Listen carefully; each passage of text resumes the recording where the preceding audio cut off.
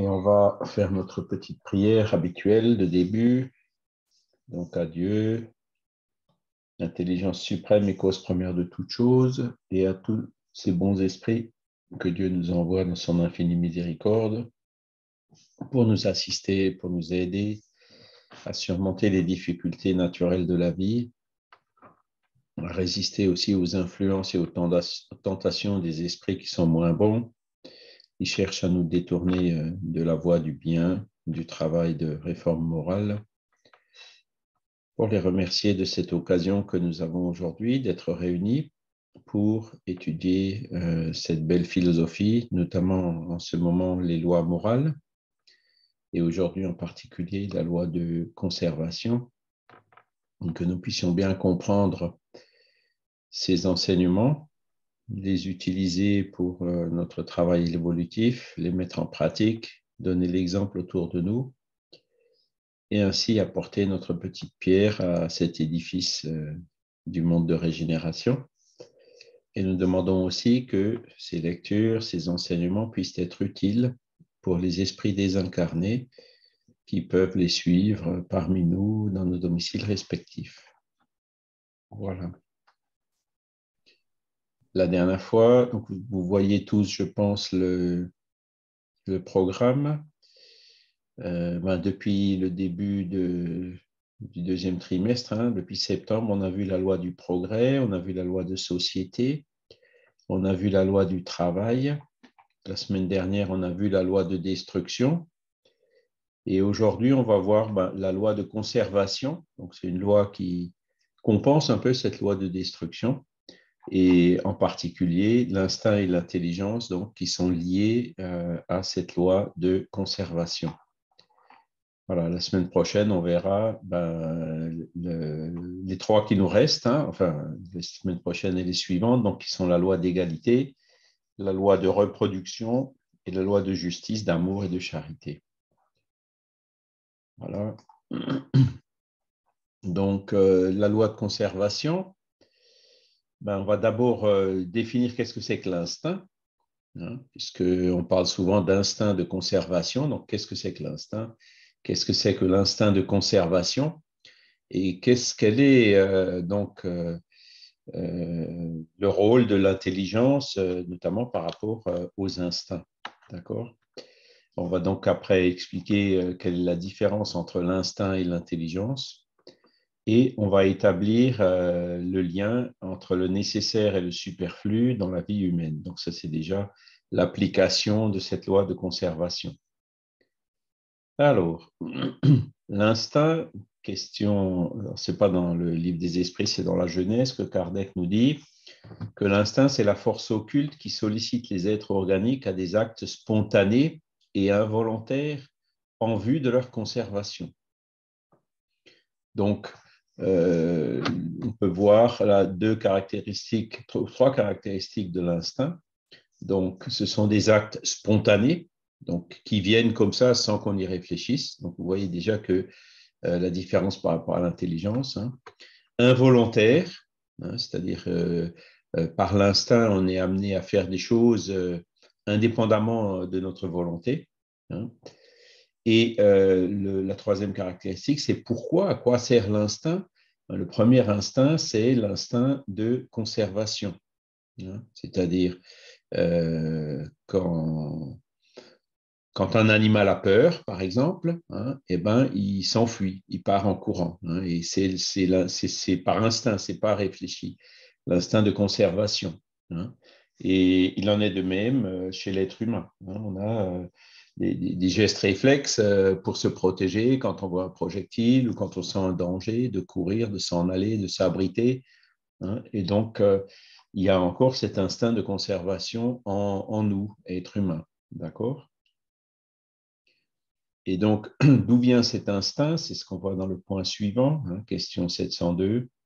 L'instinct de conservation, il est spécifiquement lié à la survie et à la reproduction des espèces. Donc, la loi de reproduction, c'est celle qu'on verra pas la semaine prochaine, mais la semaine suivante. Donc, il y a l'instinct de reproduction et l'instinct de conservation. Donc, c'est grâce à cet instinct que les espèces survivent et se perpétuent. Hein. C'est donc une chose qui est nécessaire, notamment dans le monde animal, mais aussi humain, hein, d'assurer la reproduction des espèces, parce que s'il n'y a pas, sans cet instinct, l'espèce disparaîtrait. Hein. Sans cet instinct chez l'humain, l'espèce humaine pourrait peut-être disparaître. Et à partir de là, s'il n'y a plus d'humains, eh ben, il n'y a plus de possibilité pour les esprits humains de venir se réincarner sur la Terre pour pouvoir évoluer. D'accord? Voilà. C'est une loi de la nature, hein, cet instinct, et il est donné à tous les êtres vivants, quel que soit le degré de leur intelligence. Donc là, vous voyez une autre nuance, hein, par rapport à l'intelligence, c'est que l'instinct existe chez les animaux, hein, les êtres qui sont dépourvus ou qui ont encore très peu d'intelligence, mais il existe aussi chez les humains, chez lesquels l'intelligence est déjà développée. Hein. Chez les uns, il est purement machinal et chez d'autres, il est raisonné. Donc là, vous voyez, chez les uns, donc c'est ceux qui sont peu intelligents, les animaux, il est purement machinal, donc c'est l'instinct qui parle plus haut. Je surveille la salle d'attente. Et chez les autres, il y a quand même une part de raisonnement, hein, qui intervient dans cet instinct de conservation. D'accord ? Alors, on va essayer d'approfondir un peu tout ça. Qu'est-ce que maintenant que l'intelligence, hein, on a vu ce que c'était que l'instinct, et l'intelligence, c'est l'inverse. Donc, il se révèle par des actes volontaires, réfléchis, prémédités, combinés selon l'opportunité des circonstances. Donc, c'est des actes qui découlent. Vous voyez, l'intelligence se révèle par donc la volonté, la réflexion, hein, c'est typiquement un des attributs de l'intelligence, la préméditation, hein, la combinaison, et de réfléchir aussi à l'opportunité des circonstances avant de faire quelque chose. Donc, par l'instinct, on réalise des actes qui sont spontanés et irréfléchis, hein, alors que par l'intelligence, c'est l'inverse. Hein, c'est l'utilisation de l'intelligence qui nous amène à faire quelque chose ou pas. D'accord? Alors, donc là, on est toujours dans la Genèse, hein, où Kardec développe beaucoup ces questions, chapitre 3 notamment. Hein, et il nous dit, dans les actes instinctifs, il n'y a ni réflexion, ni combinaison, ni préméditation. C'est là où on voit donc l'inverse de l'intelligence. Hein. C'est ainsi que la plante cherche l'air, se tourne vers la lumière, dirige ses racines vers l'eau et la terre nourricière. Hein. L'histoire du tournesol qui s'oriente vers la lumière, les racines qui descendent dans le sol pour chercher l'eau, effectivement. Donc, Kardec classe tout ça parmi des actes instinctifs. Et s'il n'y avait pas ces propriétés-là des plantes, hein, eh ben, pareil, la plante aurait du mal à survivre, à se perpétuer. Que la fleur s'ouvre et se referme alternativement selon le besoin. Hein. C'est par l'instinct que les animaux sont avertis de ce qui leur est utile ou nuisible, qu'ils se dirigent selon les saisons vers les climats propices, notamment dans les animaux, pour les oiseaux migrateurs, hein, entre autres. Que les sexes se rapprochent, hein, donc ça c'est l'instinct de reproduction, que la mère couve ses petits et que ceux-ci cherchent le sein de la mère, hein, tout ça, ça se produit automatiquement, hein, chez les animaux. Alors que chez l'homme, l'instinct domine exclusivement au début de la vie, c'est-à-dire dans notre enfance. Hein. C'est par l'instinct que l'enfant fait ses premiers mouvements, qu'il saisit sa nourriture, qu'il crie pour exprimer ses besoins, qu'il imite le son de la voix, qu'il s'essaye à parler et à marcher. Hein. Donc, on voit que chez l'être humain, c'est surtout dans la période de l'enfance, quand l'intelligence n'est pas encore développée, hein, dans le cerveau, elle est développée dans l'esprit, mais pas encore dans cet organisme qui vient de naître, hein, et ben, l'enfant, il est gouverné beaucoup par des instincts. C'est pour ça qu'on disait que les instincts existent aussi chez les humains, notamment dans cette phase de l'enfance. Et chez l'adulte même, hein, certains actes sont instinctifs, tels sont les mouvements spontanés pour parer à un danger, pour se tirer d'un péril ou même pour maintenir l'équilibre. qu'on se pose souvent la question, on est debout, on tient debout, et pourtant c'est un équilibre relativement instable, hein, malgré le vent et tout. Même quand on roule en bicyclette dans les virages, on se penche. Eh ben, il y a quand même une part d'instinct dans tout cela. Hein. Donc, c'est là où on voit que l'instinct existe aussi chez l'être humain. D'accord? Voilà. Alors, on va revenir à l'intelligence. L'intelligence qui est exclusivement, incontestablement, pardon, un attribut exclusif de l'âme. Hein. L'intelligence ne vient pas du corps, elle vient de l'esprit. Dans tout ce qui est dans le corps, tous ces mécanismes naturels de survie, de reproduction, de cicatrisation, etc., ce sont donc des propriétés qui sont plus instinctives. Hein. Mais l'intelligence, non, elle n'est pas dans le corps, elle est dans notre esprit. C'est une des preuves qu'il y a autre chose en nous, hein, qu'un corps physique, et qu'il y a une âme qui est indépendante du corps, c'est entre autres cet instinct. D'accord? Alors, Kardec continue en disant que l'instinct est un guide sûr qui ne trompe jamais.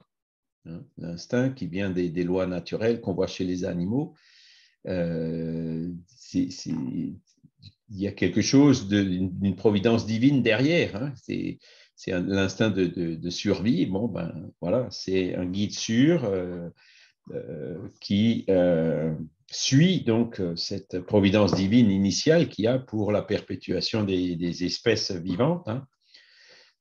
Alors que l'intelligence, hein, par cela seul qu'elle est libre, hein, l'intelligence qui vient avec le libre arbitre, elle est parfois sujette à erreur. Hein. On peut se tromper, donc en faisant les calculs, les préméditations, les raisonnements, on peut se tromper soit dans le raisonnement, soit on peut aussi faire un raisonnement juste, mais qui part d'une base de départ qui est fausse. Hein. Chaque fois, cette intelligence va nous amener à un résultat qui est faux et va nous amener, peut nous amener à faire des erreurs. D'accord? L'acte instinctif n'a pas le caractère de l'acte intelligent. Il révèle néanmoins une cause intelligente, essentiellement prévoyante, c'est ce que je viens de vous dire, donc cette prévoyance divine qui est derrière ces instincts. Donc on voit que l'être humain a des instincts et il faut parfois savoir les écouter, ces instincts, hein, puisque souvent ils sont salutaires. Hein. L'intelligence vient, hein, remplace en quelque sorte petit à petit, progressivement les instincts, mais pas complètement. C'est-à-dire que les instincts restent toujours en nous, hein, en l'être humain, et il est parfois prudent de les écouter.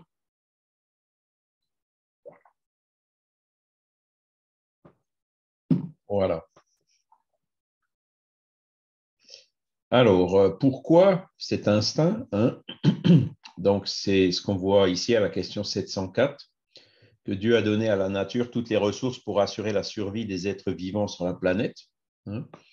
Alors, c'est Dieu qui l'a donné à la nature. Alors, évidemment, nous, l'homme, avec l'intelligence, il bouscule parfois un petit peu ses équilibres et fait de sorte qu'il y ait quand même beaucoup d'espèces qui disparaissent malgré l'instinct de survie que Dieu a mis dans ces espèces. Hein.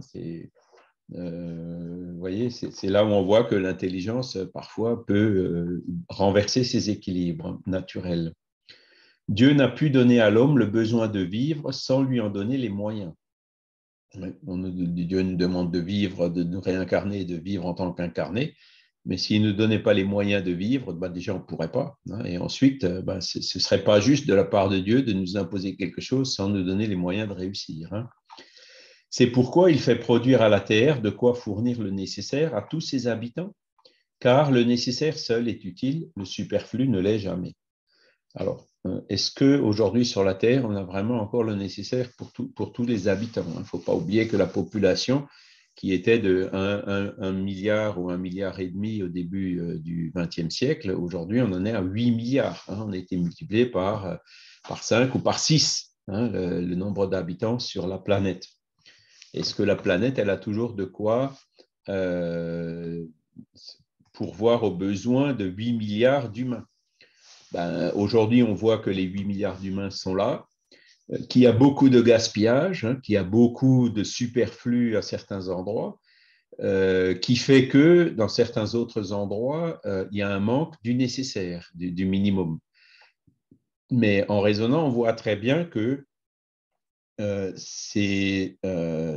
Terre, elle aurait largement de quoi subvenir aux besoins, au moins alimentaires, de ces 8 milliards d'habitants, mais si on sait se satisfaire du nécessaire et si on sait réduire un peu le superflu pour que chacun puisse avoir au moins le nécessaire. Et si aujourd'hui sur la Terre, il y a 700 millions de personnes qui ne mangent pas à leur faim, donc qui manquent du nécessaire, c'est entre autres parce que chez d'autres personnes, il y a beaucoup de superflu, ou voire chez l'être humain, dans les chaînes de production alimentaire, il y a beaucoup de gaspillage.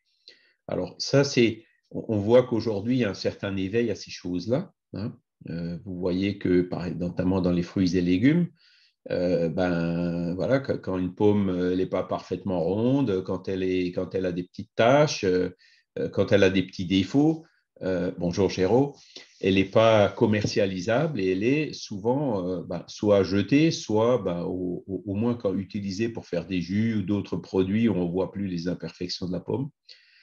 Mais on ne peut pas nier que dans toute la chaîne de production alimentaire, aussi animale, par exemple la pêche, hein, les chiffres concernant la pêche sont assez impressionnants. Je crois qu'il y a un tiers du poisson qui est pêché, ou même plus, qui est quelque part gaspillé. Hein. Et c'est là où on voit que, avec ce tiers, hein, il y aurait largement de quoi aider ou alimenter, apporter le nécessaire à ceux qui en manquent. D'accord ?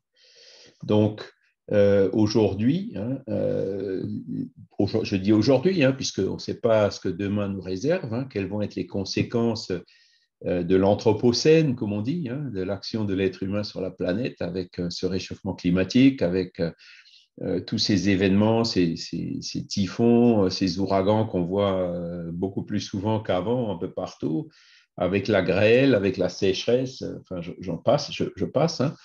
Il est possible que les conséquences de tout ça fassent que cet équilibre devienne plus difficile. Hein. Et il y a d'ailleurs des gens, je ne veux affoler personne, hein, mais il y a des personnes, des scientifiques sérieux qui disent qu'aujourd'hui, il y a un risque important que l'espace humain disparaisse de la planète dans voilà, quelques siècles ou dans quelques temps. Hein. Voilà. Et pourquoi il y aurait alors cette disparition?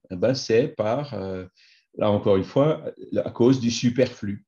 Hein. Beaucoup de choses, le nécessaire et le superflu, bon, on en a parlé dans l'alimentation, mais on peut parler dans plein d'autres choses.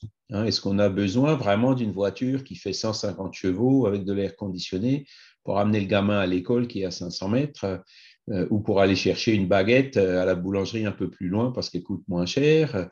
Hein, quand on voit aujourd'hui ces courses effrénées, que bien sûr chacun qui est dans sa voiture dit ah ben non, c'est absolument indispensable d'avoir ça.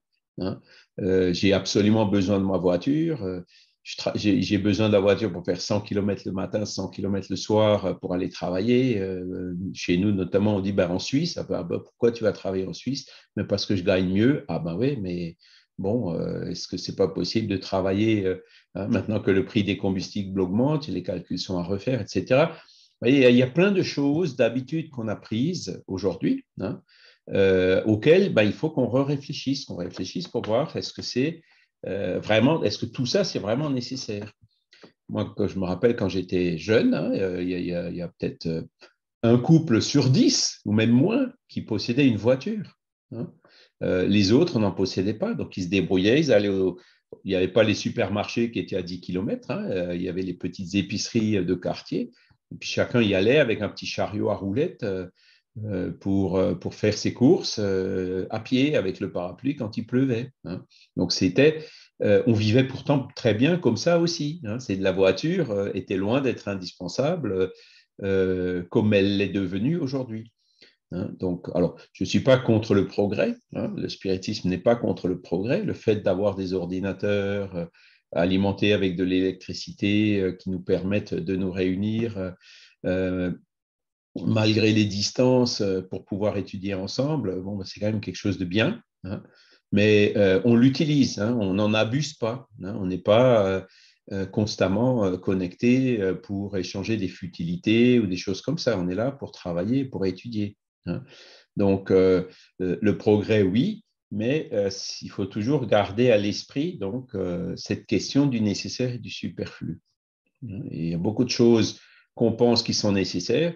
Aujourd'hui, il faut bien se dire qu'on ne sait pas trop où on va hein, avec ce réchauffement climatique, avec ces crises, etc., l'inflation qui revient.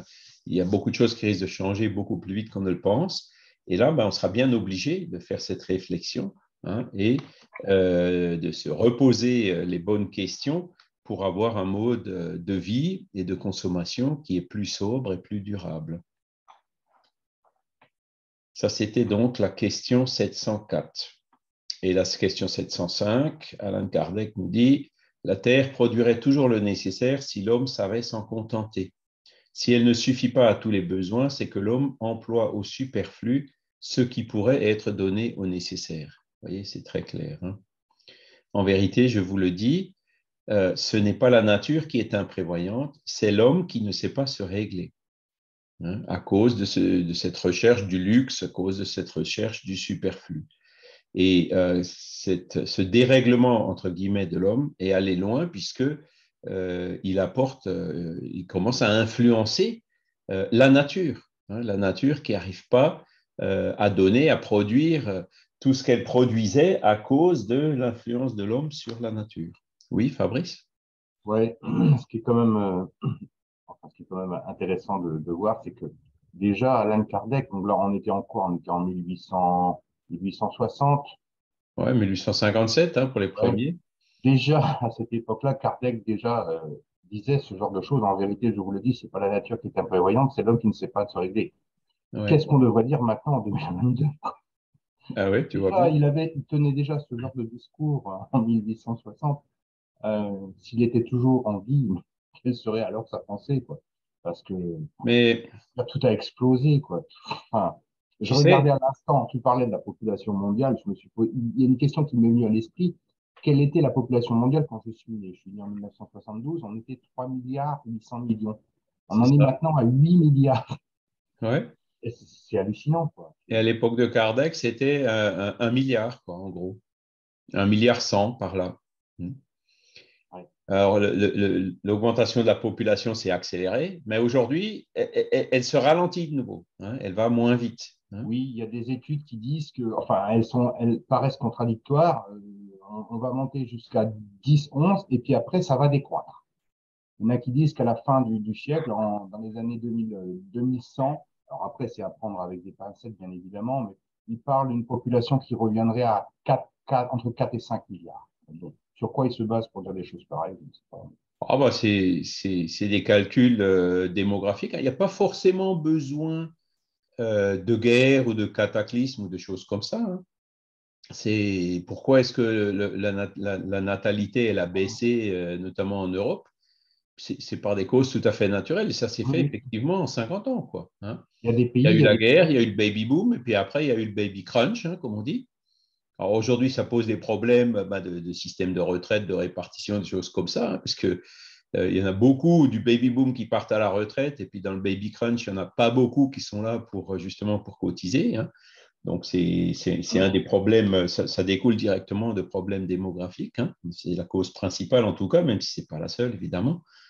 Et donc, on peut très bien imaginer effectivement que ça se produise. Hum. Après, nous, on a une autre vision des choses. On peut se poser, par exemple, la question, combien est-ce que... Alors, s'il y avait à l'époque hein, de Jésus, je ne sais plus, il y avait 500 millions, hein, il y avait, ou même pas, beaucoup moins, d'humains. Hein. Il faut que je regarde de nouveau vite fait. Donc, c'était le nombre d'esprits qui étaient incarnés à ce moment-là. Aujourd'hui, il y en a en gros 100 fois plus. Et ils sont venus d'où ces esprits? Que ces esprits hein. C'est des questions qu'on peut se poser. Et même, comme tu dis, entre les 3 milliards des années 60 ou 70 aux 8 milliards d'aujourd'hui, eh ben, il y a 5 milliards d'esprits supplémentaires qui sont En en ce 50 moment ans. incarnés sur la planète. En Donc, 50 ans. combien est-ce qu'il y a d'esprits au total qui gravitent autour de la planète? Donc, il y a Bah, une chose qui est évidente, c'est qu'il y a beaucoup d'esprits hein, qui, dans cet intervalle-là, sont venus d'ailleurs. Hein. Et les esprits ne se sont pas prononcés là-dessus sur le nombre justement d'esprits qui gravitent autour de la Terre. C'est pas de l'ordre de 20 Si, ou 30 milliards. si, c'est Emmanuel qui a dit ça, pareil, dans les années 60 ou 70, il y en avait 21 milliards ou quelque chose comme ça, hein, à l'époque où il y avait 3 milliards d'incarnés. Donc, il y avait un facteur 7 entre les incarnés et les désincarnés. Si on conserve ce facteur 7, aujourd'hui avec 8 milliards, ça voudrait dire qu'il y a 56 milliards d'esprits. D'accord? Donc, entre les 21 milliards et les 56 milliards, il y a 35 milliards d'esprits qui sont venus. Ils sont venus d'où ces esprits? Hein? Alors, ce n'est pas forcément comme ça. Il peut y avoir d'autres effets qui jouent sur ce facteur, hein, qui est par exemple, si l'esprit, à l'époque, il mettait 100 ans avant de se décider à se réincarner, évidemment, il y avait beaucoup d'esprits qui étaient dans le monde spirituel en attente, etc. Et si, par exemple, tu réduis de 100 ans à 30 ans l'intervalle entre deux réincarnations, il faudrait faire le calcul mathématique, tu vois très bien que la proportion d'esprits incarnés augmente sans que forcément la proportion d'esprits désincarnés l'augmente dans la même proportion. Hein. Donc, ce sont différents facteurs qui peuvent jouer sur ces nombres. Mais en tout cas, aujourd'hui, il est indéniable de dire qu'il y a beaucoup d'esprits qui sont venus d'ailleurs se réincarner sur la Terre. Alors maintenant, regarde les terriens. Hein. Est-ce que c'est tous des esprits évolués? Loin de là. Hein. Je pense que quand on regarde ce qui se passe, notamment ces questions de famine, de corruption, de guerre et autres, ou alors les autres qui sont avec des œillères matérialistes très prononcées, on se dit, ce n'est pas forcément des esprits très évolués qui sont là. Donc, ce sont des esprits qui sont venus d'ailleurs, hein, donc de mondes soit équivalents à la Terre, soit de mondes, voire même un peu moins évolués que la Terre. Oui. Hein. Et ça, on arrive à cette constatation par la force du raisonnement. Hein, et ça a l'air de contredire un peu ce que disait Kardec, hein, dans la Genèse, où il disait que avec la transition, il y a des esprits au contraire qui vont partir de la Terre et d'autres esprits plus évolués qui vont venir vers la Terre, hein, pour tirer la Terre vers le haut. Hein. Alors, c'est vrai qu'il peut y avoir aussi, on voit quand même de plus en plus de ces enfants indigos, de ces esprits élevés ici sur la Terre, mais c'est encore loin d'être la majorité. Hein. Oui, mais Donc, il y a aussi le fait que dans l'histoire de l'humanité, le nombre de grossesses qui arrivent à terme est quand même beaucoup plus élevé de nos jours qu'au XVIIIe ou au XVIIIe siècle. Euh, à l'époque, peut-être une grossesse sur, je sais pas, sur 10 arrivait à terme. Maintenant, c'est presque, je veux dire, 95% qui arrivent à terme. Donc, il y avait certainement à l'époque aussi plus d'esprits qui essayaient de s'incarner. Les grossesses n'arrivaient pas à terme, ou l'enfant ne naissait pas, on va dire, dans des bonnes conditions et décédait très rapidement. Maintenant, c'est quand même relativement moins le cas. Donc, je veux dire, je pense que ça oui. aussi à prendre en Oui, considération. alors c'est sûr, hein, les progrès de la médecine font que ça fait partie de la loi de conservation, hein, ont aidé à cette augmentation de la population, hein, y compris la technologie, hein, le fait que aujourd'hui vous avez des populations assez importantes dans des pays désertiques où les nomades à l'époque, ils arrivaient tout juste à vivre, avec là par contre pour le coup le strict nécessaire. Et aujourd'hui, dans ces endroits-là, vous avez beaucoup plus de personnes que ce que la nature locale désertique peut produire. Hein. Et ça, c'est grâce à la technologie que toutes ces choses-là, les transports, les frigorifiques, hein, que toutes ces choses, ou même l'irrigation, hein, le fait de pouvoir cultiver même dans le désert, c'est grâce au progrès que ça s'est produit. Et donc, tous ces progrès de la médecine et technologique ont fait que, il y a eu plus d'incarnations, donc il y a eu plus d'occasions pour les esprits de venir se réincarner. Alors aujourd'hui, quand vous regardez sur Internet ces questions-là, notamment dans le mouvement spirit, il y a certaines théories qui sont apparues au Brésil qui disent qu'il y a 35 milliards d'esprits qui sont en train de faire la queue pour vouloir s'incarner. Aujourd'hui, c'est la pénurie. Hein. Il y a beaucoup plus d'esprits qui voudraient s'incarner que de conception ou que d'occasion pour qu'ils puissent venir s'incarner. Hein. Et donc, c'est là où on se dit, en réfléchissant, comment est-ce qu'on va et quand est-ce qu'on va rentrer dans ce monde de régénération, hein?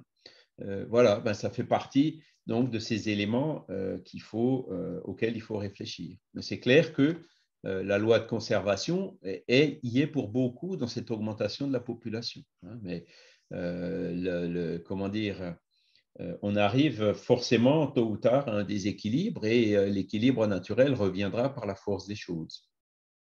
Et donc, ces scénarios qui consistent à dire que parce que, bon, de toute façon, si les esprits qui sont encore en retard par rapport à la Terre commencent vraiment à émigrer, à aller s'incarner sur d'autres planètes moins évoluées que la Terre, c'est clair que là, à partir du moment où il y a moins d'esprits pour se réincarner, il y aura forcément aussi moins de grossesses. Hein, les deux chiffres sont liés. Il faut des grossesses pour que les esprits puissent se réincarner et bon, pour que les grossesses soient vivables, ben, il faut qu'il y ait des esprits pour s'y incarner. Hein. S'il y a un ovule fécondé où il n'y a pas d'esprit incarné, ben, souvent il disparaît naturellement sans même que les parents s'en rendent compte, que la mère s'en rende compte. Hein. Voilà. Et donc, ce sont des considérations assez intéressantes qui mériteraient des réflexions, à mon sens, beaucoup plus étendues et beaucoup plus profondes hein, pour raisonner un peu sur tous ces chiffres. Mais ce qui est clair, c'est que en ce moment, ben, il y a beaucoup d'esprits. Léon Denis le disait déjà dans les années 1920. Hein, je ne sais plus dans quel livre, mais où il disait qu'en ce moment, on s'étonne que la Terre n'évolue pas plus vite.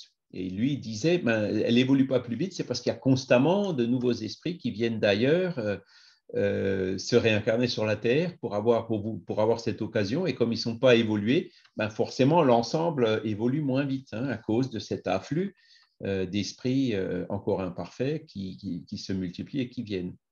Mais forcément, si au moment de la transition, hein, il faudra que cette tendance s'inverse. Voilà.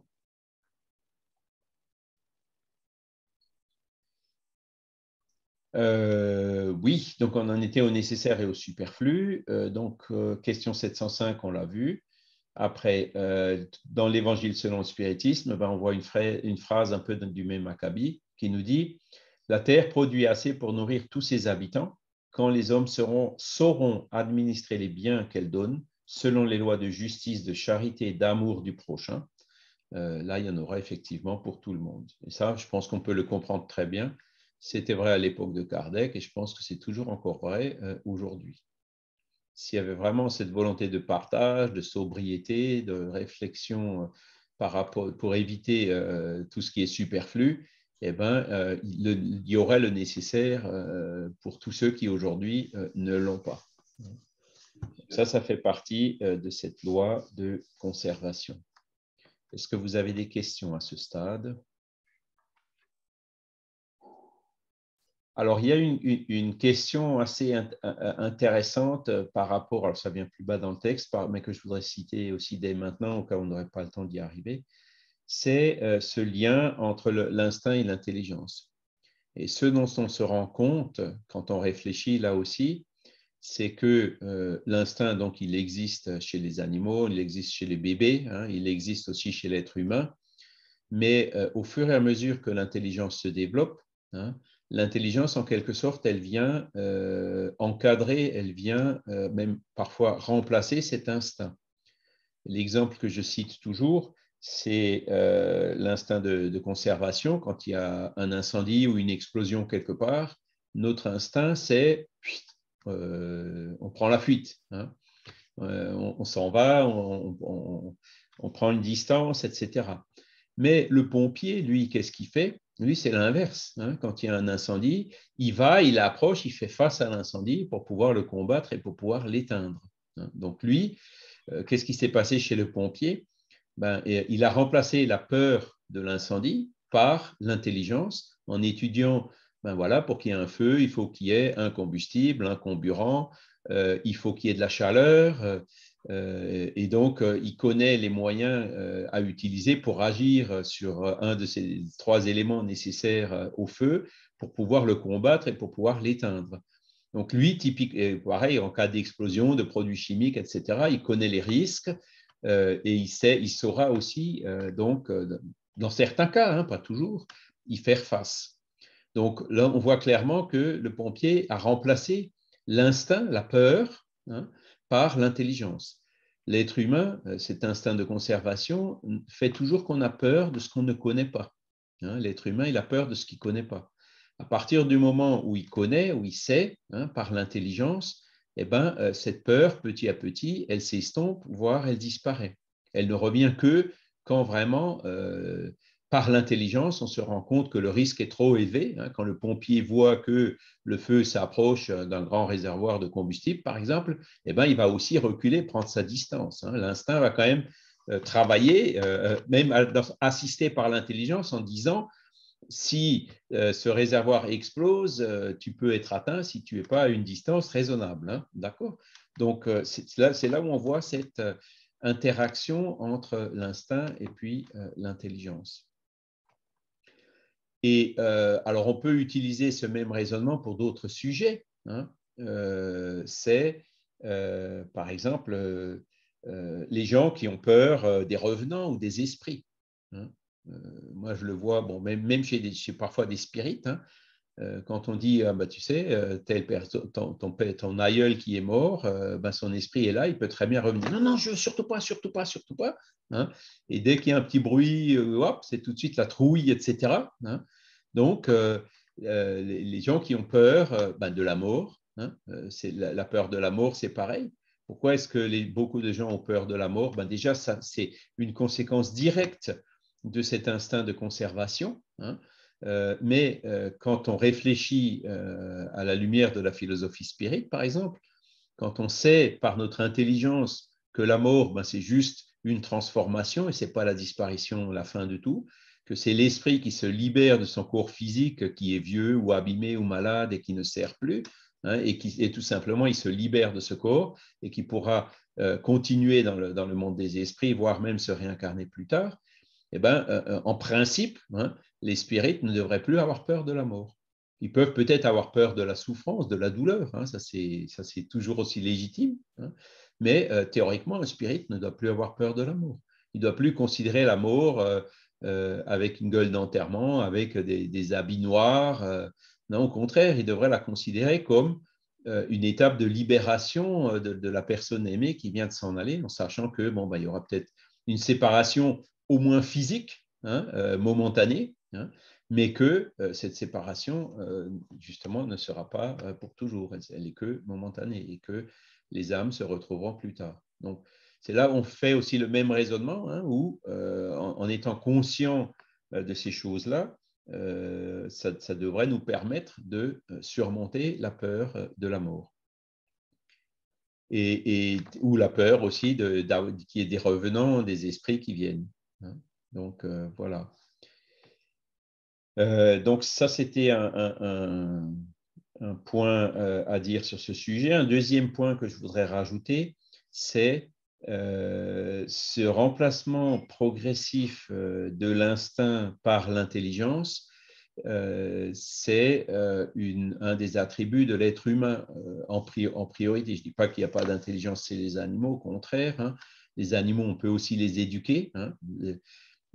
C'était, je ne sais plus qui c'était, Plotin ou quelqu'un comme ça, hein, à qui on avait demandé de faire une conférence sur l'éducation. Hein. C'est Claudia Verdin qui nous a parlé de ça dans sa dernière conférence là, sur l'éducation des sentiments. Et donc, pour faire sa conférence, en fait, il avait des assistants qui étaient là, hein, quand il était devant tout le monde, là, sur le théâtre grec. Il avait dit, bah, tiens, lâchez-moi un petit lapin maintenant. Hein. Voilà, il lâchait le petit lapin qui marchait sur la scène. Et ensuite, il disait, ben, lâchez le premier chien. Et le premier chien, qu'est-ce qu'il a fait? Il est venu, il s'est précipité sur le lapin, il l'a déchiqueté. Hein. Tout le monde était choqué par ça. Hein. Ensuite, donc, il a enlevé ce chien-là et il a dit, ben, lâchez-moi un deuxième lapin qui était là. Et lâchez-moi maintenant le deuxième chien. Et le deuxième chien, il est venu et puis hop, il est tourné autour du lapin, il a joué avec lui, etc. Et Plotin qui a dit, vous voyez maintenant ce que c'est que l'éducation. Le deuxième chien a été éduqué, le premier, non. Et donc là aussi, on voit hein, que même chez les animaux, hein, par cet exemple-là, l'éducation et l'intelligence, qui est encore assez rudimentaire chez les animaux, hein, mais l'éducation peut surmonter, peut donc représenter une barrière par rapport à l'instinct. Voilà. Et encore une chose que je voudrais dire, c'est, à votre avis, quelle est l'origine de l'égoïsme chez l'être humain?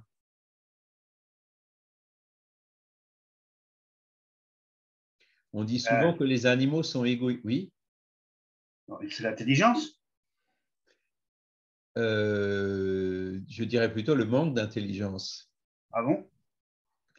Oui, parce qu'on dit souvent que les animaux sont égoïstes. Hein. Nous, ici, on a 2 chiens. Maintenant, on a mis 2 gamelles qui détectent la puce et chaque chien a sa gamelle. Hein, parce que s'il n'y a pas ça, il y a toujours un chien qui va aller voler la nourriture de l'autre. Hein. Et pourquoi il le fait? Ce n'est pas par égoïsme, c'est cet instinct de conservation. Vous voyez? Parce que l'animal, dans sa tête, souvent, c'est ou je mange ou je crève. C'est ça l'instinct. Hein. Il n'y a pas de raisonnement. Hein. Et donc, l'égoïsme chez l'être humain vient beaucoup donc, de ces resquisses de cette nature animale, hein, qui fait qu'on a toujours l'instinct de conservation qui vient encore de façon trop forte en se disant qu'on n'en a jamais assez. Hein. Et cet égoïsme, on peut voir son origine dans cet instinct de conservation. Et c'est pour ça que le travail qu'on a à faire, c'est justement de développer l'intelligence, d'analyser le nécessaire et le superflu, hein, parce que l'animal, lui, son instinct va le pousser à la limite même à manger plus que ce qui est nécessaire, hein, quitte à en laisser moins pour l'autre. Hein. Mais avec l'intelligence du nécessaire et du superflu, c'est l'intelligence, hein, Joël, va nous aider donc à comprendre que l'égoïsme, ce n'est pas dans notre intérêt. Oui, mais tu peux être intelligent et puis tu peux être aussi égoïste et orgueilleux. Alors, il y a intelligence et intelligence. Hein. Voilà. Parce que l'intelligence, on parle souvent du QI et aussi du QE. Hein. L'intelligence intellectuelle, hein, savoir calculer, etc. Et l'intelligence émotionnelle, c'est de savoir, c'est l'éducation des sentiments, comme le disait Claudia Verdin dans sa conférence sur l'éducation qu'elle a donnée là, il y a 15 jours à peu près. Hein. Et donc, maintenant, on parle même d'éducation spirituelle, hein, d'intelligence spirituelle. Hein, on en arrive là. Hein. Et c'est là où on voit très bien que quand on a encore peu d'intelligence, hein, ça induit des comportements du genre celui qui est très intelligent, qui utilise son intelligence pour satisfaire son égoïsme. Et ça, c'est de l'intelligence incomplète, donc qui est utilisée dans l'intérêt personnel et pas dans l'intérêt collectif. Et l'intelligence qui est complète, hein, c'est à la fois l'évolution intellectuelle, mais aussi l'évolution morale. Hein.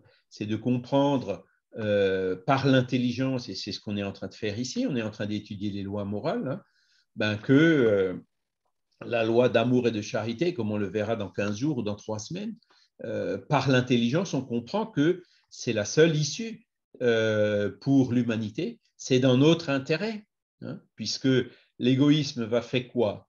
Fait qu'on s'accapare plein de choses matérielles pendant cette vie, mais le jour où on meurt, hein, on va emmener notre conscience, ce sera difficile pour notre conscience, on va se retrouver dans une situation difficile si on a été égoïste pendant toute notre vie dans l'au-delà. Et là, par contre, c'est immortel, ça. Hein.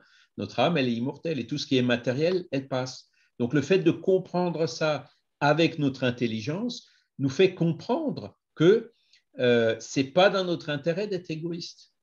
Ce n'est pas dans notre intérêt d'abuser des biens matériels parce que ça va nous retomber dessus sur notre conscience et ça va nous retomber dessus puisqu'on demandera nous-mêmes à venir se réincarner dans des situations où on manquera du nécessaire justement pour pouvoir travailler, lutter, nous aider à nous défaire de cet égoïsme. Est-ce que j'ai été clair? Voilà. Donc, c'est un manque d'intelligence, hein, ou c'est une intelligence incomplète. Oui, Vincent? J'aimerais mettre un petit peu en faux par rapport à ce que tu viens de dire.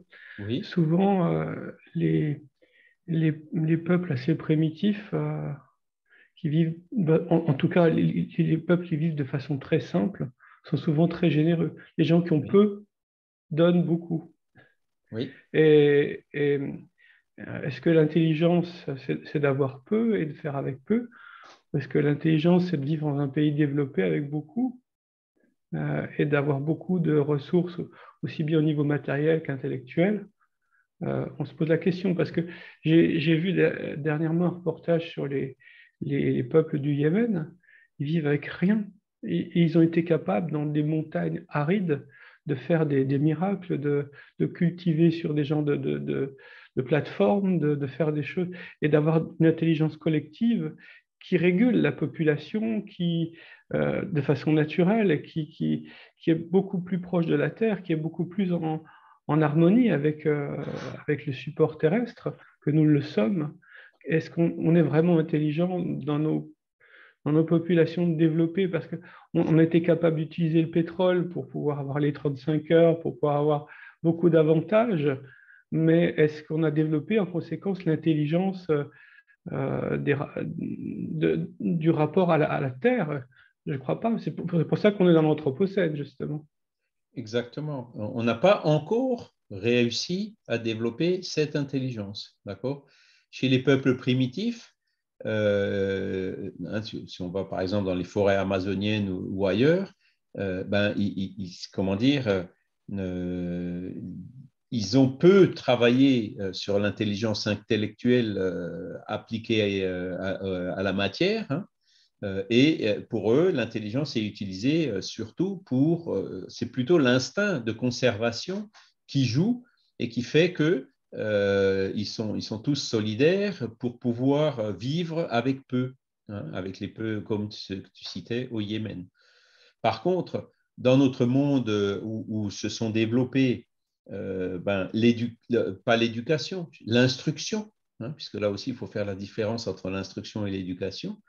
L'instruction, donc le niveau intellectuel de l'intelligence est poussé, on encourage pour qu'il soit développé, hein. Il y a l'encouragement aussi à la consommation, à l'utilisation des biens matériels, etc., qui n'existe pas dans ces populations primitives qui vivent donc beaucoup plus proches de la nature. Donc, c'est là où on arrive à une autre question du livre des esprits, quand Kardec demande est-ce que l'évolution morale suit toujours l'évolution intellectuelle ou le développement de l'intelligence? Et les esprits disent l'évolution de l'intelligence entraîne toujours avec le temps l'évolution morale, mais pas toujours immédiatement. Et aujourd'hui, on est exactement dans cette phase.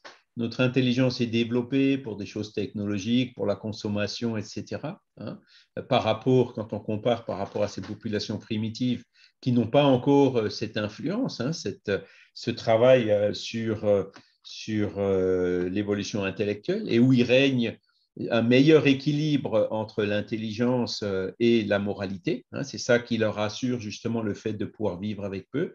Chez nous, bon, il y a eu cet écart. Là, on est en train de se rendre compte que ça ne fonctionne pas, hein. Et c'est par les raisonnements que je viens de faire en disant que c'est par l'intelligence que finalement l'être humain comprendra que son intérêt, c'est aussi de développer son évolution morale, d'aller dans le sens de l'amour, de la charité, quand il prendra conscience déjà qu'il y a une âme en lui, hein, sortir du matérialisme, que cette âme est éternelle.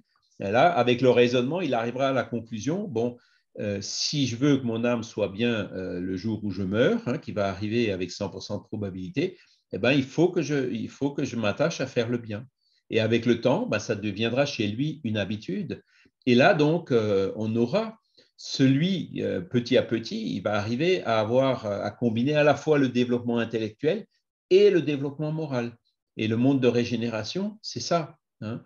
C'est utiliser l'intelligence pour la collectivité, pour le bien de l'humanité, et pas pour soi personnellement. C'est-à-dire en finir avec cet égoïsme, hein, qui est l'orgueil et l'égoïsme, qui sont les deux plaies de l'humanité, hein, et aller vers les vertus inverses, qui sont l'humilité et l'altruisme, la charité, la fraternité.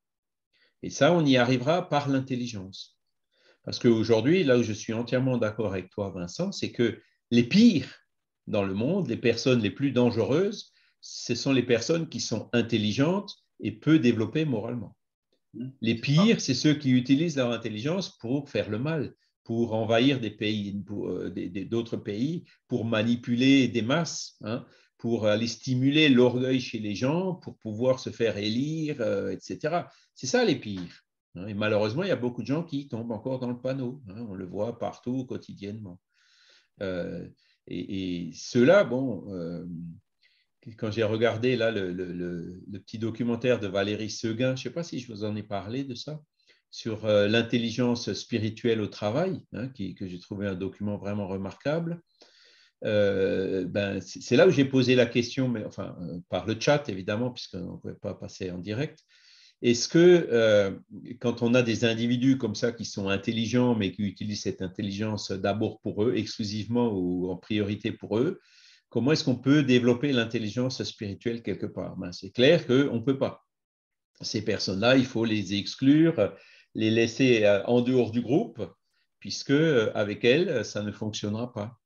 Et puis, il y en a un qui a clairement dit, tout est dans le recrutement. C'est quand on recrute une personne, il faut voir qui elle est vraiment et pas uniquement quel est son degré d'intelligence ou son diplôme. Et puis, le deuxième qui est même allé plus loin en disant, il faut parfois savoir prendre des décisions courageuses et puis virer, licencier les personnes qui, à cause de cet excès d'intelligence et de ce manque de moralité, portent préjudice à toute une équipe, voire à toute une entreprise. Voilà donc le chemin vers lequel on va. Alors que chez les peuples primitifs, il y a un meilleur équilibre. Il y a peut-être un peu moins d'intelligence, parce qu'il y a moins d'écoles, moins de sciences, moins de technologies, etc. Mais avec le peu qu'ils ont, ils suis sont pas d'accord proches avec de toi. la moralité et ils arrivent à faire quand même des choses. Ils n'ont pas moins d'intelligence. Ils l'utilisent à un autre endroit, c'est tout. Voilà, c'est de l'intelligence qui est Ils n'ont pas moins utilisée pour le d'intelligence. nécessaire. Ils ont su s'adapter aux conditions climatiques. Ils ont une intelligence qui est développée ailleurs, c'est tout. C'est ça. L'intelligence qui est développée pour le nécessaire et pas pour le superflu. Et on s'est contenté, nous, en tant que peuple guerrier, d'aller coloniser ces gens et leur dire que leur façon de penser n'était pas la bonne. Ouais. Et on s'aperçoit maintenant que on aurait pu s'inspirer de leur façon de penser pour aller vers une société plus apaisée et plus en harmonie avec son environnement. Parce que nous, quand tu dis nous, bon, je sais pas, tu penses peut-être aux Occidentaux, les Français, Oui, les les Franco-Colons et Occidentaux, tout. les gens qui possèdent des voitures pour aller chercher leur baguette de pain. Si on regarde, nous, dans notre passé, remonte au temps des Gaulois, on était aussi on était comme ces tribus-là. On arrivait à vivre, se protéger du froid, il faisait d'ailleurs beaucoup plus froid à l'époque qu'en ce moment. On est arrivé, en regardant notre histoire à nous, on voit qu'on est aussi passé par là. Et l'étape suivante aujourd'hui, c'est justement celle-là, c'est d'utiliser l'intelligence pour comprendre que notre intérêt, tout ce qui est durable, il faut que ce soit empreint de moralité. Il faut que ce soit en harmonie avec les lois morales qu'on est en train d'étudier en ce moment. Ces lois morales universelles, qui sont partout. Ce n'est pas une exclusivité du spiritisme, ni des évangiles, ni des Védas, ni du Coran. On retrouve ces lois morales partout. Et il faut qu'on aille absolument donc vers cela. Sans cela, on n'entrera pas dans ce monde de régénération. Et je l'ai déjà dit, je le répète, le monde de régénération, ce ne sera pas un monde de facilité matérielle, c'est clair. On sera peut-être comme les Yéménites aujourd'hui, mais avec la différence, c'est qu'il y aura plus d'intelligence qui permettront de trouver peut-être encore plus de choses et plus de ressources dans les pénuries, parce que cette intelligence, en même temps, elle sera altruiste, elle sera charitable, elle sera fraternelle. Et le monde de régénération, c'est ça. Ce sera ça. Et aujourd'hui, donc, quand on raisonne, on en est encore relativement loin.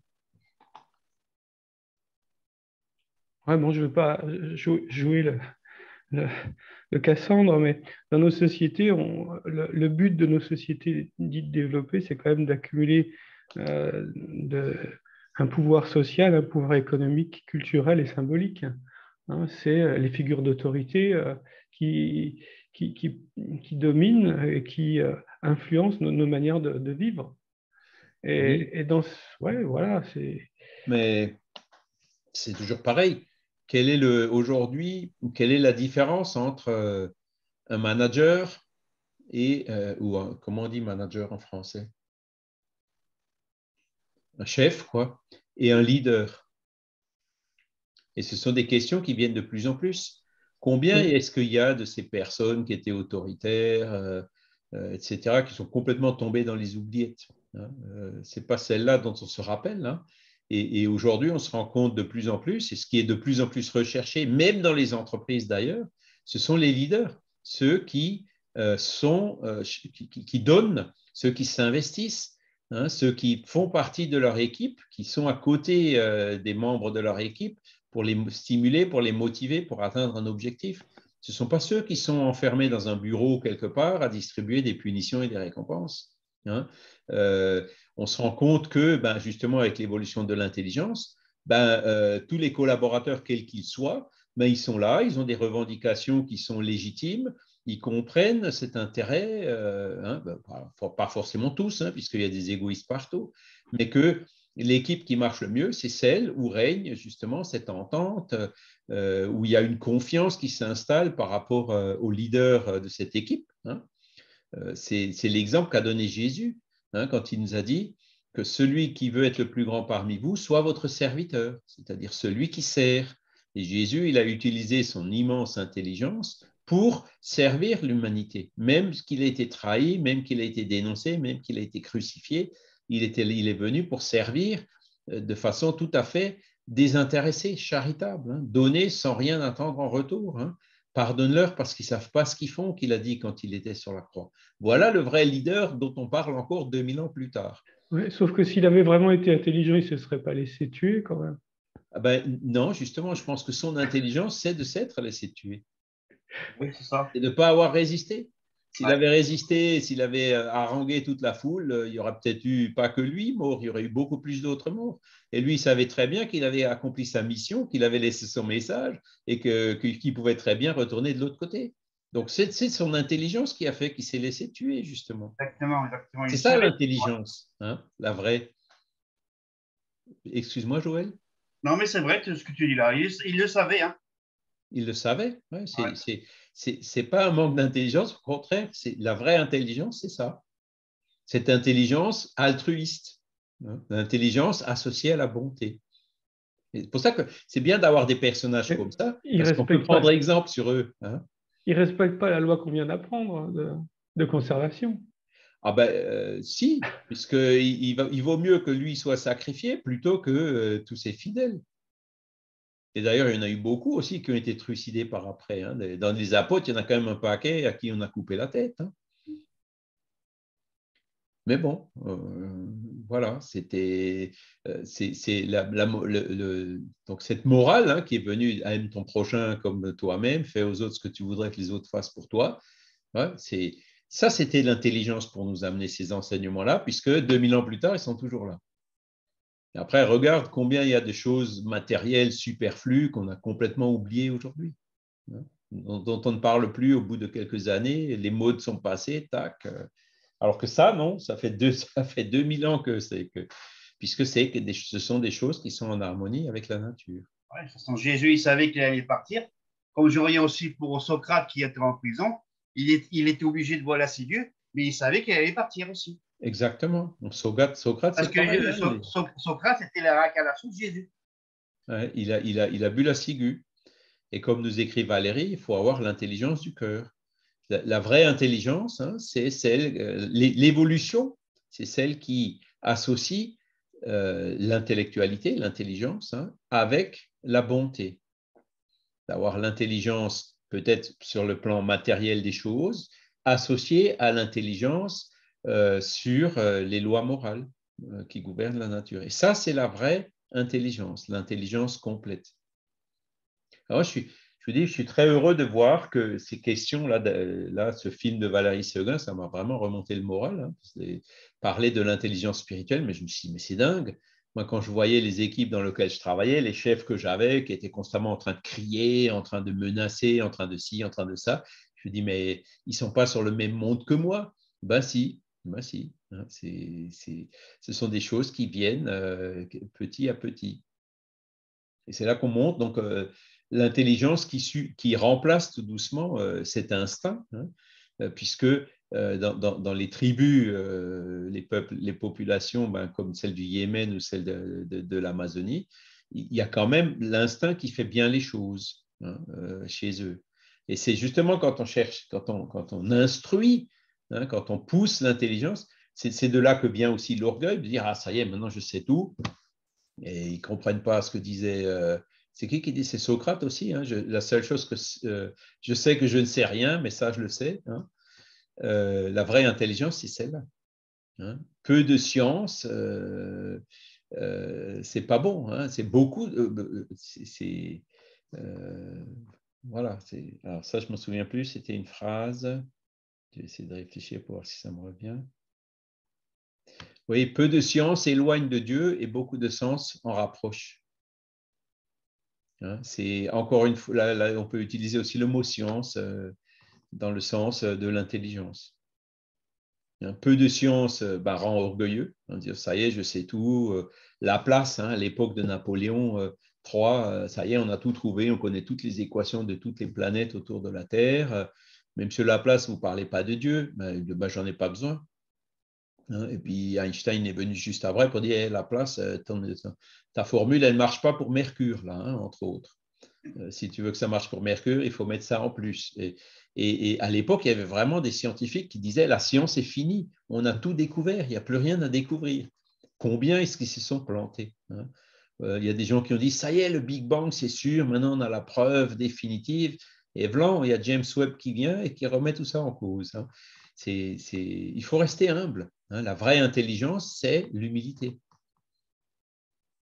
Hein. La vraie intelligence, c'est la justice, l'amour, la charité. C'est ça la vraie intelligence. Et c'est celle-là qui va, après, dans les mondes évolués, hein, entre guillemets, estomper encore beaucoup plus l'instinct que ce qui peut être aujourd'hui dans notre société. Et faire attention aussi avec l'intelligence de ne pas tomber dans l'orgueil aussi. C'est ça, voilà. C'est peu d'intelligence nous fait tomber dans l'orgueil. Et l'orgueil et l'égoïsme sont liés, même si l'égoïsme vient justement de cet instinct de conservation, comme je vous l'ai expliqué tout à l'heure. Voilà.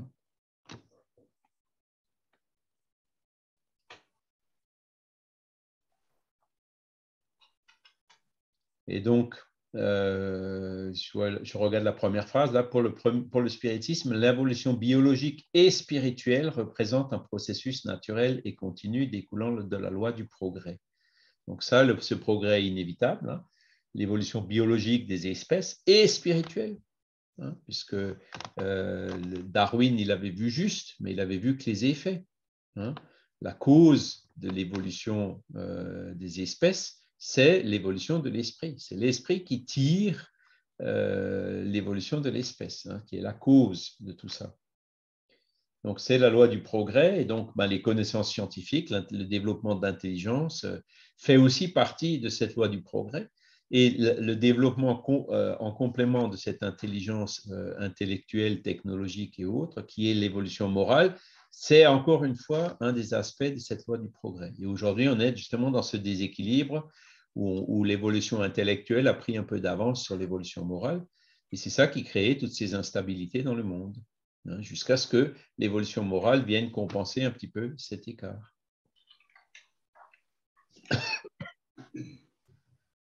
D'accord?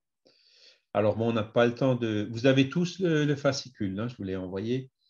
Donc, on n'a pas le temps de lire le détail, mais vous pourrez aller. Voilà, je pense qu'on a vu les points essentiels. Hein. Est-ce que vous avez encore des questions, des remarques à faire par rapport à cette loi de conservation?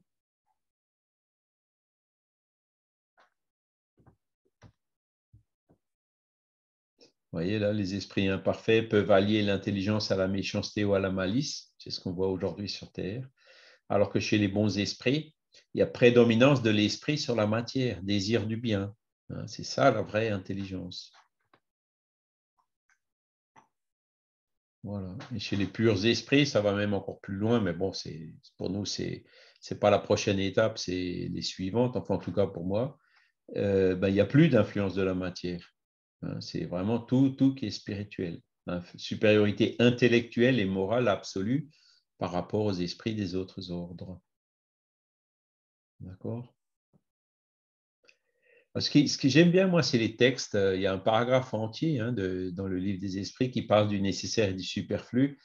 Et ça, je vous assure, vraiment, ça fait du bien de le relire de temps en temps parce que on se repose souvent des questions et en regardant autour de nous, est-ce que tout ce qui est autour de moi, c'est nécessaire, hein? Et c'est là où on se rend compte que, effectivement, je peux simplifier, je peux réduire mon impact sur la planète, hein, en me satisfaisant de moins.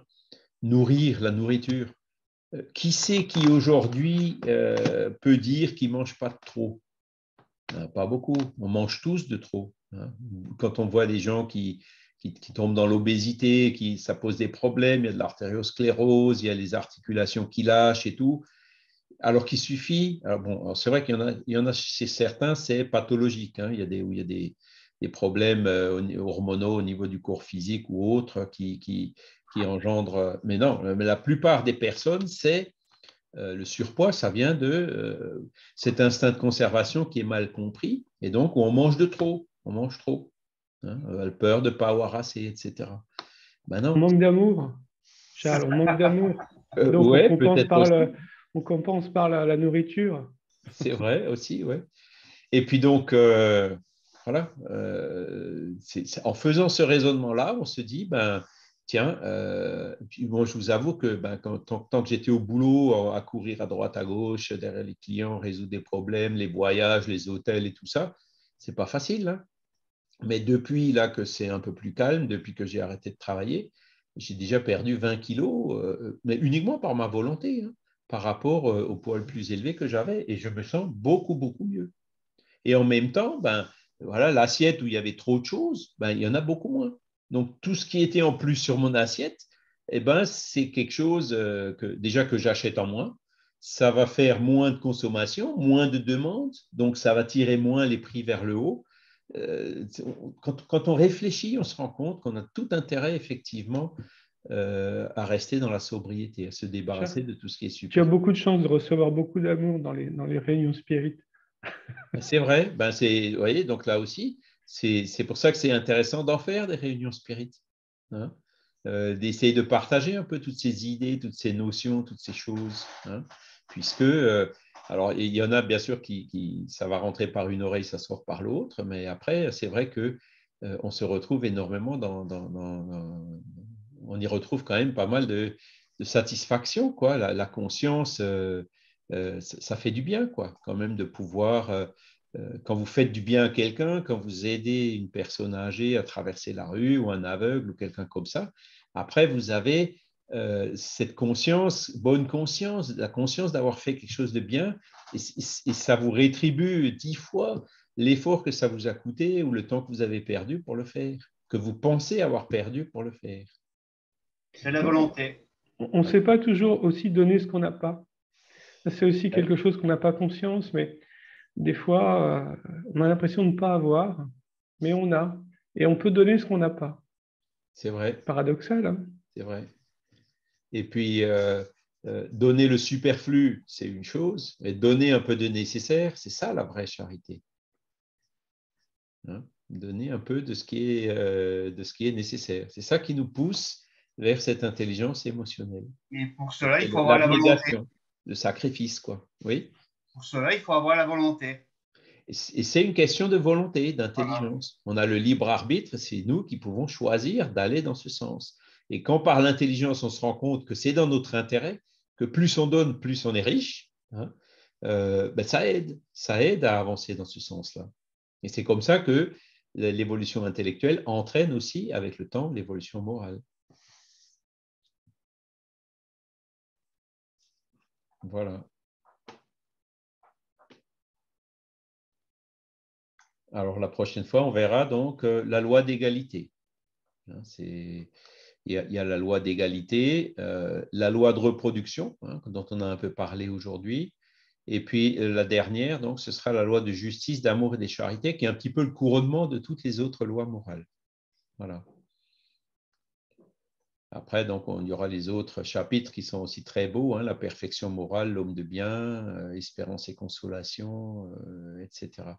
Et donc, normalement, en décembre, hein, je reviens au programme, on aura terminé tous les modules. Voilà. Le mouvement spirit, c'est le dernier module. Donc, c'est là où il faudra qu'on réfléchisse. Ben, qu'est-ce qu'on fait après? Après, il n'y aura plus rien? Non. Ben, bon, moi, je vais reprendre le cours puisqu'il y aura forcément des débutants de nouveau. Mais pour ceux qui l'ont déjà suivi, effectivement, il faudra que ce qu'on voudrait, nous, c'est lancer l'aspect, donc aller plus loin un petit peu dans, par exemple, le développement médiumnique. C'est-à-dire, On peut pas faire, je sais pas, le même sujet, mais sur l'évangile selon le spiritisme.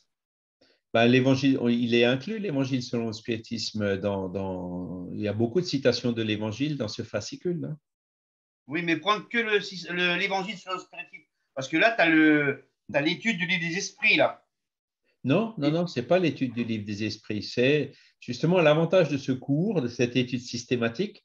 Tu as vu, aujourd'hui, par exemple, il y avait une citation de l'Évangile, il y avait plusieurs Oui, oui, je l'ai citations de vu, la ouais. Genèse et plusieurs citations du livre des esprits. Ouais. C'est-à-dire, ça prend de partout, de tous les livres, et ça présente par sujet, par thème.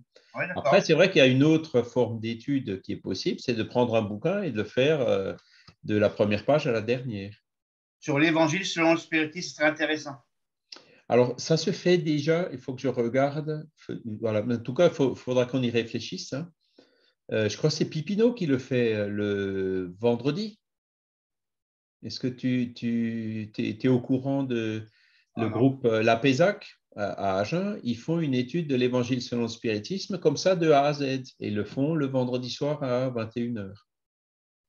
Et par toi, c'est pas possible. Bah, si, ce serait possible aussi, hein, je peux le faire. Mais bon, après, je préfère moi m'associer à des initiatives qui existent déjà. Moi, ce que je pense qui manque beaucoup en France, c'est ce qu'on a fait récemment pour les Anglais, hein. Donc, en Angleterre, on a fait un cours pour la médiumnité, un cours un peu comme celui-là en 40 leçons qui tient comme ça à peu près sur un an. Et là aussi, quand on était aux 2 tiers du cours, les participants qui étaient au début, hein, je crois qu'il y en avait 35 au début, à la fin, on était encore 30. Donc, il y a eu très, très peu comment dire, euh, attrition en anglais, je ne sais pas. Il y De a des mots en anglais. défection. Comment? De défection. Il y a eu très peu de défections et les défections qu'il y a eu, c'était pour des problèmes de santé, de déménagement, de fuseau horaire ou autre.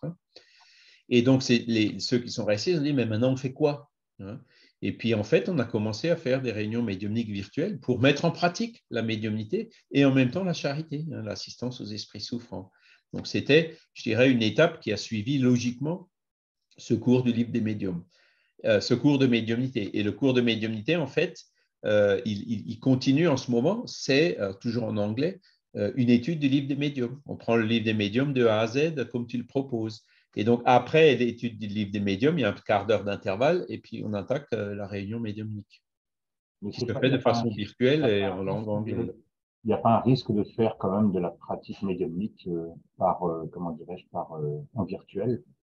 Bah, écoute, maintenant, ça fait plus d'un an qu'on le fait en anglais. Ça Je se sais passe qu'il y a un très débat bien. là, il y a un débat là-dessus entre ceux qui disent que ça peut être fait dans les mêmes conditions de sécurité quand tout le monde est présent, qu'en présentiel, voilà, c'est ça que je cherchais. Et puis d'autres qui disent que non, c'est pas forcément une bonne chose parce que bon, quand on est tout seul face à un écran, bon, voilà.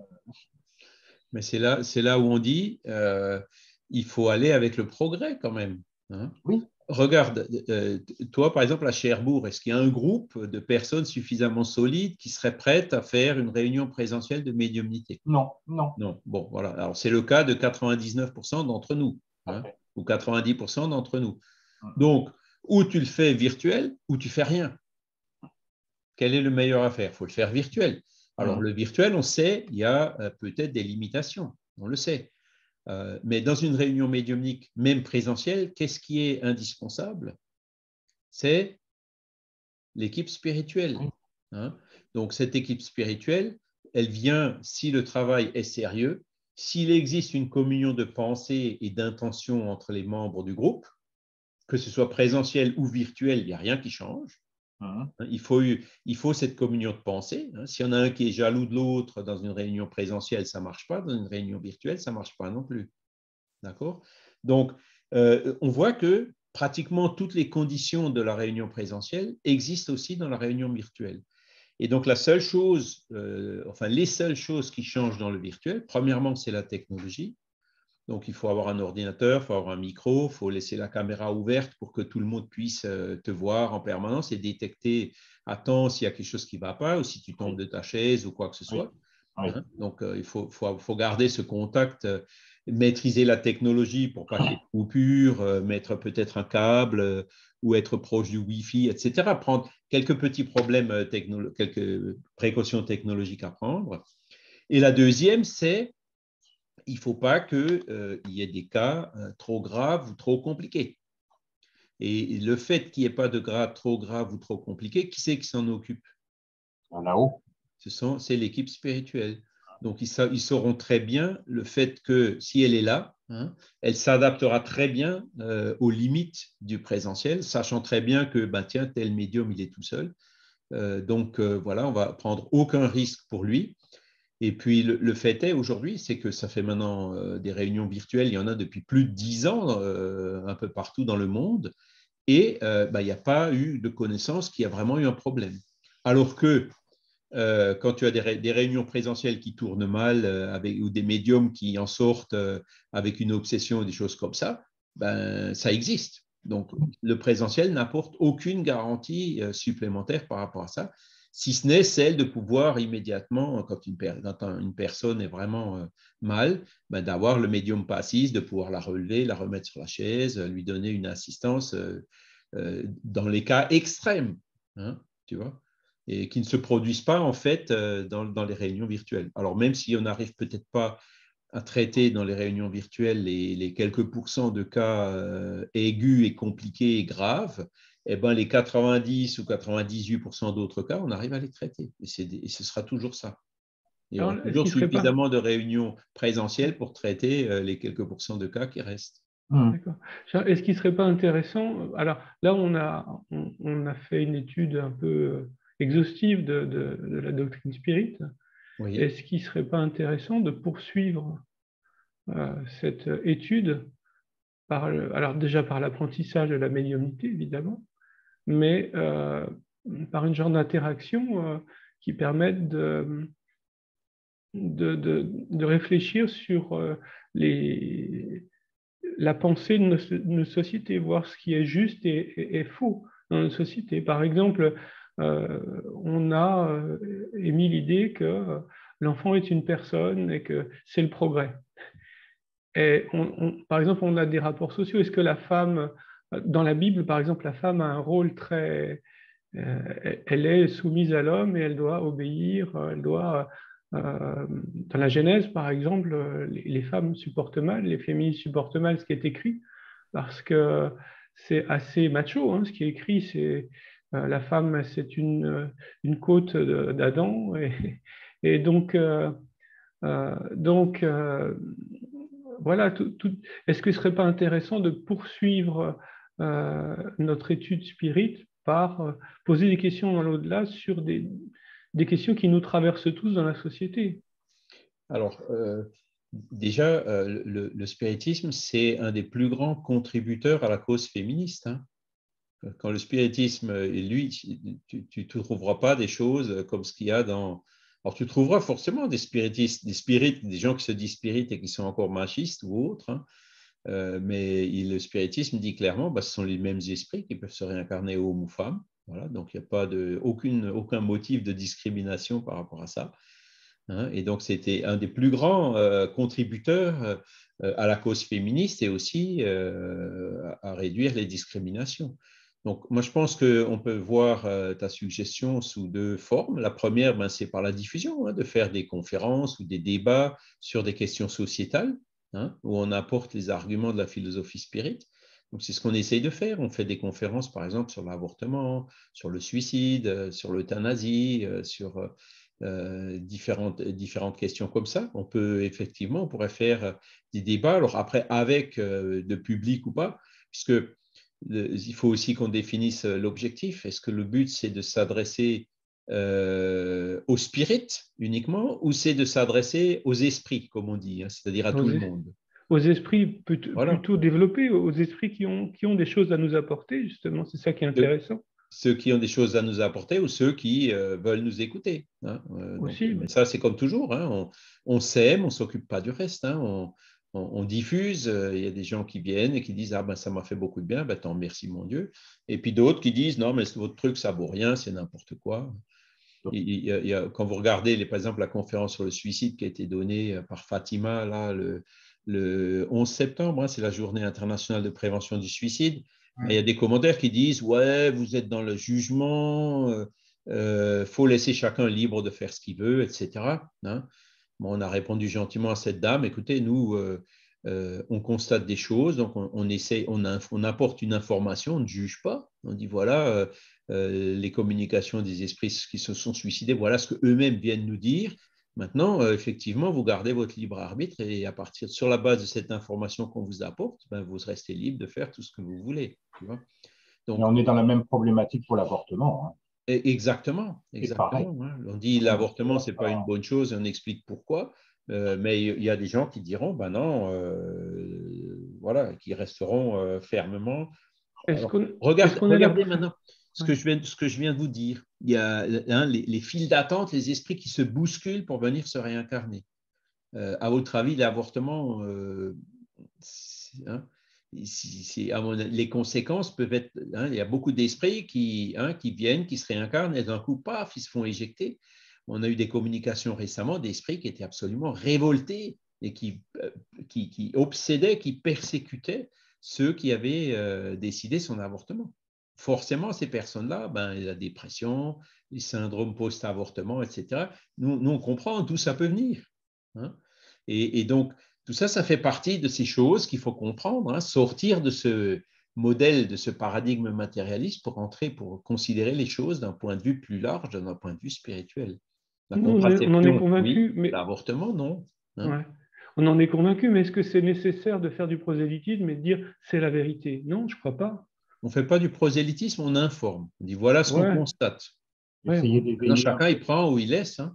Essayer d'ouvrir un petit peu les consciences, quoi. Hein. Ouais, mais... Parce que là, concernant l'avortement, on voit bien, sur le plan matérialiste, l'avortement, c'est la liberté de la femme, c'est sa liberté de disposer de son corps, mais à aucun moment on ne voit effectivement ça sous l'angle spirituel, de l'esprit qui veut s'incarner parce qu'il a un chemin de vie à faire, parce qu'il a des choses à expier sur la terre, et puis voilà, quoi.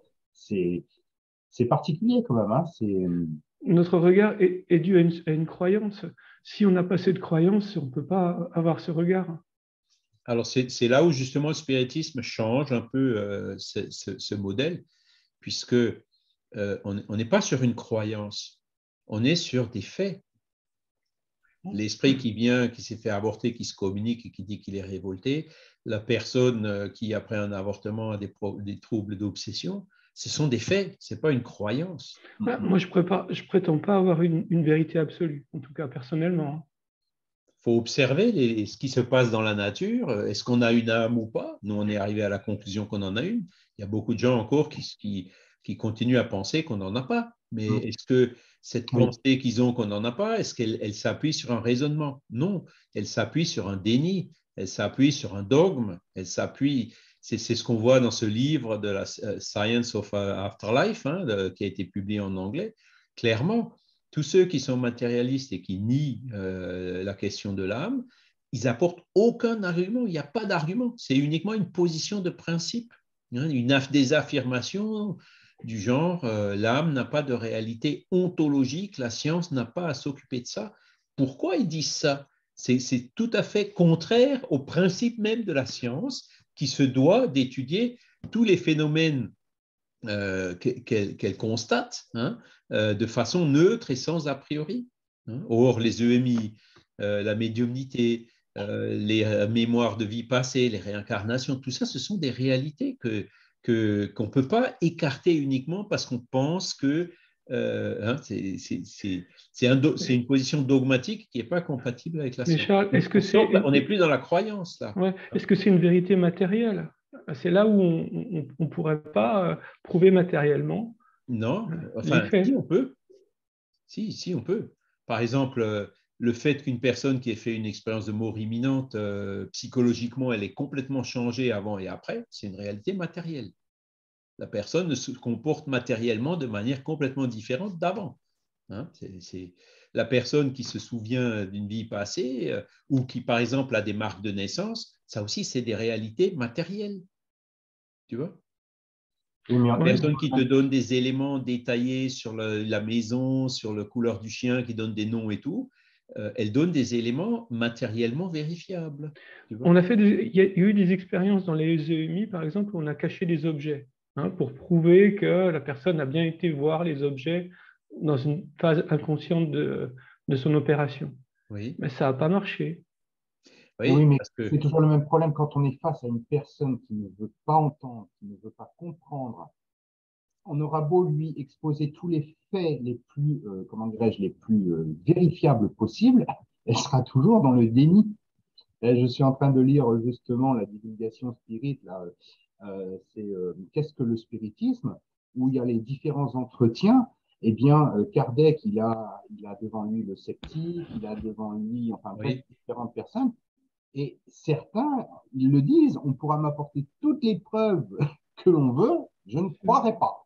oui, c'est ça. Et comme ça. Donc, voilà, je pense que là, face à ces personnes, Il changera tôt ou tard. Mais pour voilà, l'instant, c'est ce une n'est pas la question de peine temps. d'insister. Non, c'est une question de temps, de toute façon. Ils Et sont pas c'est une encore position mûrs. dogmatique. Ce n'est pas une Voilà, ils sont pas position qui encore est mûrs appuyée pour sur un ça. raisonnement.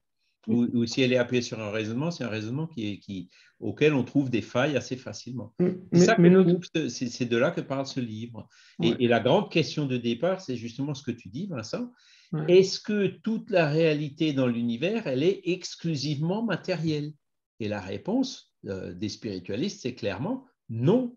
Il existe des choses, des réalités en dehors de la matière. Donc, par exemple, dans le monde spirituel. Ok, Ça, c'est la mais grande question de départ. on est quand même dans un monde où on a besoin de prouver. Alors, la science, par exemple, on prend l'exemple de la science, elle peut prouver mathématiquement ou elle peut prouver matériellement des choses. Tu es un ingénieur, tu sais ce que c'est que prouver. Il y a des lois de la science qui font qu'on peut, on a prouvé ce Dans le qui domaine existe, matériel, oui. ce qui est matériel. Mhm. Donc voilà, et dans ces domaines-là, on est on est soumis à des figures d'autorité, à des croyances, c'est-à-dire soumis à cette personne, je la crois parce que j'ai confiance en elle. Ouais, et la confiance, elle est basée sur. Oui, au revoir Jackie, bon dimanche. La confiance, elle est basée sur une certaine syntonie, une certaine communion de pensée. Après, comme on veut, figure d'autorité, syntonie, oui, on l'appelle comme on veut. L'autorité, aujourd'hui, fonctionne de moins en moins. Il y a le fameux débat entre l'autorité et la liberté, dont Léon Denis parle de façon admirable dans Socialisme et Spiritisme. Qu'est-ce qu'on voit aujourd'hui dans le monde? C'est une grosse lutte des systèmes autoritaires contre les systèmes qui sont plus vers la liberté. Qu'est-ce que c'est que la Révolution française? C'est la guerre nécessaire pour conquérir la liberté et se défaire de l'autorité à la fois des monarques et des religieux. C'était ça la révolution. C'est donc ce fameux, toujours cette lutte, la recherche de l'équilibre entre l'autorité et la liberté. L'autorité, alors, elle peut être nécessaire, mais elle doit être naturelle. L'autorité d'un Jésus, par exemple, c'est le plus grand parmi vous qui vous sert. C'est ça la vraie autorité, c'est le leadership. Ouais, mais ça va beaucoup plus loin que ça. C'est-à-dire que pour faire unité, c'est l'autorité par le corps. C'est-à-dire le corps du monarque à l'époque. Le corps du monarque, c'est lui qui fait, qui est une autorité divine qui a pouvoir sur ces sujets qui font un seul corps. La nation, c'est le corps de la nation. Ben, tu vois, ça n'a pas tenu longtemps en France. Alors, c'est vrai Quand qu'en même. Angleterre, il y a toujours encore des monarques. Bon, leurs pouvoirs sont quand même assez limités. Et aujourd'hui, là, on a vu la reine qui comme tout le monde, hein, elle a beau, comment dire, il y a un côté divin, mais elle se désincarne comme tous les humains. Hein. Elle est une créature divine qui, voilà. Et puis donc, ça passe par les liens du sang à son fils. Son fils, déjà, bon, on va voir ce qu'il va faire. Hein. J'espère qu'il va faire de bonnes choses. Mais bon, il a quand même déjà fait plusieurs choses un peu discutables dans sa vie. Hein. Donc, c'est là où on dit, mais est-ce que ce genre de système, c'est juste? Est-ce que c'est vraiment ça qu'on demande? Est-ce que c'est par les liens du sang que se transmet justement la bonté, l'autorité? En tant que spirit, nous, on sait très bien que ce n'est pas le cas. Hein, que c'est la famille de l'esprit. Hein, c'est pas le fils du roi qui doit régner, c'est celui qui allie à la fois l'intelligence et la bonté, comme on l'a dit tout à l'heure. C'est cela qui devrait Chez nous, on l'a remplacé par un monarque divin, par un monarque élu, hein, c'est-à-dire oui. que le président de la République, c'est lui qui est le monarque de la France. Oui, oui, bon, c'est sûr qu'en France, on a un système présidentialiste peut-être un peu poussé, avec beaucoup de pouvoir dans le président, mais il n'a pas tout le pouvoir. Il y a quand même les contre-pouvoirs, il y a l'Assemblée, il y a la justice, il y a l'indépendance, les trois pouvoirs. Il y a quand même un Il y a le certain pouvoir de nombre de la force. Hein. principes qui maintiennent un peu l'équilibre. Après, bon, quand vous allez en Allemagne ou dans les pays scandinaves ou ailleurs, c'est même encore beaucoup plus équilibré que chez nous, quoi. Mais c'est vers ça qu'il faut tendre, clairement. Bon. On se revoit ce soir, je crois, non? Oui, ce soir, donc, vous avez le spiritisme sans tabou, donc c'est 20h30. Hein. Les vendredis, en ce moment, vendredi dernier, là, on a parlé encore du spiritisme dans l'art. Vendredi prochain, ce sera Marcus de Mario et Claudia Verdine qui viendront nous parler aussi de l'éducation de l'enfance, hein, puisque c'est l'avenir de l'humanité qui en dépend. Hein, donc, cette éducation qui va au-delà de la simple instruction. Donc, ça, ce sera vendredi prochain aussi à 20h30. Sinon, qu'est-ce qu'on a encore dans nos calepins? La semaine d'après, il y aura Michael Ponsardin qui nous fera une conférence sur Chico Xavier. Hein, c'est les 20 ans, ça fait 20 ans qu'il est mort. Et Ponsardin, pour ceux qui ne le connaissent pas, il doit avoir la quarantaine maintenant, mais il a écrit la biographie sur Chico Xavier, l'homme et le médium en français. Hein, donc c'est un spirit c'est une biographie de Chico écrite par un Français. Hein. Et donc, il viendra nous parler de Chico. Ce sera vendredi dans 15 jours. Et dans 3 semaines, je pense qu'on aura encore la suite du spiritisme dans l'art. Alors, qu'est-ce que j'oublie encore comme activité? Voilà, c'est pour les prochaines semaines. Et donc, pour la suite, effectivement, on va réfléchir à tout ce qu'on a dit.